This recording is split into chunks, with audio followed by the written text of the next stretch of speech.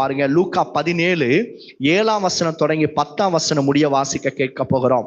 லூக்கா 17:17 17:7 முடிய. உங்களில் ஒருவனுடைய, எல்லாரும் அந்த வசனத்தை நல்லா கவனிக்கணும்.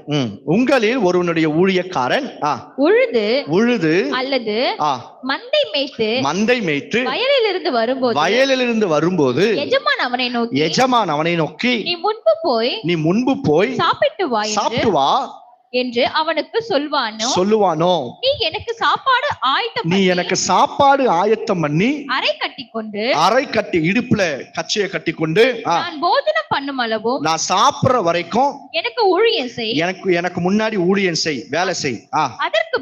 அதற்கு பின் நீ புசித்து குடிக்கலாம் என்று அவனுக்கு சொல்வான் அல்லவா. நான் கட்டளையிட்டவைகளை அந்த வேலைக்காரன் செய்ததற்காக அவனுக்கு உபசாரம் செய்வானோ அப்படி செய்ய மாட்டானே.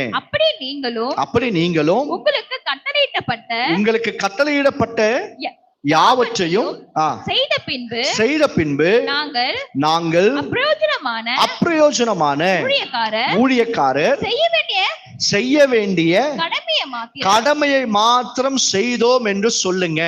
இந்த கான்டெக்ஸ்ட், இந்த காரியத்தை நம்ம படிக்கிறோம். ஒரு வேலைக்காரன் ஆடு மேய்ச்சிட்டோ வயல்வெளியில இருந்து வருகிறான். வந்த உடனே எஜமான் டைனிங் டேபிள்ல உட்கார்ந்து இருக்கிறார். அப்பா, நீ இப்பதான் வந்திருக்க, களைச்சு போயிருப்ப, போய் நீ குளிச்சுட்டு நீ வந்து சாப்பிட்டு அதுக்கப்புறம் எனக்கு சாப்பாடு வையின்னு நான் சொல்லுவாரு. இல்ல, வா, இடுப்புல கச்சையை கட்டி கொண்டு நீ வந்து எனக்கு ஃபர்ஸ்ட் சாப்பாடு வை, நான் சாப்பிட்டு போயிட்ட பிறகு அதுக்கப்புறம் நீ பார்த்துக்கோ அப்படின்றார். அதே போல அந்த வேலைக்காரன் வந்து சாப்பாடு வைக்கிறார். ரொம்ப டயர்டா இருக்கிறாரு, ரொம்ப சோர்வா இருக்காரு. ஆனாலும் எஜமானுக்கு என்ன செய்யணும்? வேலை செய்யணும். வேலை செஞ்சு முடிச்சிடுறார். இப்ப எஜமான் அவரை பாராட்டுறது கூட கிடையாது. ஆனா பாருங்க, இதுதான் என்னது? பணிவிடைக்காரனுடைய ஆவி.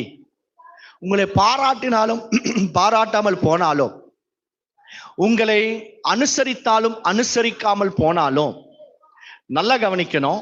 உன் சூழ்நிலை எதுவா இருந்தாலும் தேவ சமூகத்துல நீங்களும் நானும் வேலை செய்யணும். இது என்ன வேலை? நல்லா கவனிங்க. இவர் கர்த்தருக்காக செய்யல, கர்த்தருக்கு எஜமானுக்காக செய்யல, எஜமானுக்கு செய்கிறார். இந்த எஜமானுக்கு செய்கிறதும் எஜமானுக்காக செய்கிறதற்கும் ஒரு டிஃபரன்ஸ் உண்டு. என்ன ஒரு வித்தியாசம்?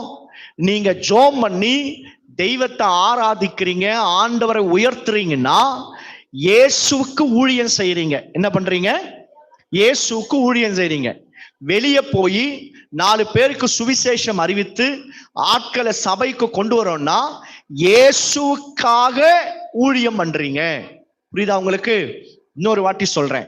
இயேசுவுக்கு ஊழியம் செய்ததுன்னா நீங்க ஒவ்வொரு நாளும் ஜெபித்து வேதத்தை வாசித்து அவரை ஆராதித்து இருக்கிறது. இயேசுவுக்கு நீங்க பணிவிடை செய்றீங்க. இயேசுவுக்காக செய்யறது என்ன அப்படின்னா, மற்றவர்களுக்கு இயேசுவை குறித்து அறிவித்து சபைக்கு கொண்டு வருவது, ஆலயத்தை பெருக்குவது, அல்லது ஏதோ ஒரு வேலை தேவனுடைய ராஜ்யத்துல செய்வது இயேசுவுக்காக செய்கிறோம். கர்த்தருடைய பிள்ளைகளை, உங்களுடைய நிலைமை எதுவாக இருந்தாலும் சரி, எஜமானுக்கு ஊழியம் செய். அதற்காக அழைக்கப்பட்டிருக்கோம். எனக்கு இது இல்லை, நான் ரொம்ப சோர்வா இருக்கிறேன், என்னால முடியாது. நான் ஒரு அம்மாவை பார்த்தேன், ரொம்ப நாளைக்கு முன்னாடி ஊழியத்துல இருந்தாங்க. ரொம்ப ரொம்ப உணர்ச்சி வசப்படுவாங்க, திடீர்னு அழுவாங்க, திடீர்னு நான் ஊழியத்துக்கு வரமாட்டேன் அப்படின்வாங்க. நான் ஊழியத்துக்கு வரமாட்டேன். நான் பரமுறை சொல்லுவேன், இந்த ஊழியன்னு வந்துட்டீங்கன்னா, கர்த்தருடைய வேலைன்னு வந்துட்டீங்கன்னா, எனக்கு அந்த வலி இந்த வலி, எனக்கு தலை வலிக்குது, இல்லை எனக்கு நான் ரொம்ப சோர்வா இருக்கேன் பாஸ்டர், என்னை இவங்க காயப்படுத்திட்டாங்க, என் மனசெல்லாம் உடஞ்சிருச்சு, எனக்கு 2 நாள் எனக்கு லீவ் வேணும், எனக்கு பிரேக் வேணும், நான் ஊழியத்துக்கு வரமாட்டேன், சபைக்கு வரமாட்டேன்னு சொன்னீங்கன்னா, ரிமெம்பர், நான் உங்களுக்கு எழுதி கையெழுத்து போட்டு தரேன், நீங்க பிசாசனுடைய ஆதிக்கத்துக்கு கீழே இருக்கிறீங்கன்னு அர்த்தம். ஆமென். பலவீனமோ பலனோ வறுமையோ நிறைவோ பசியோ பிணியோ எது இருந்தாலும் சரி, உண்மை அன்பை விட்டு என்னை பிரிக்கலாகாதுன்னு ஒரு மனுஷன் சொல்லுகிறான் பாருங்க. அல்லேலூயா.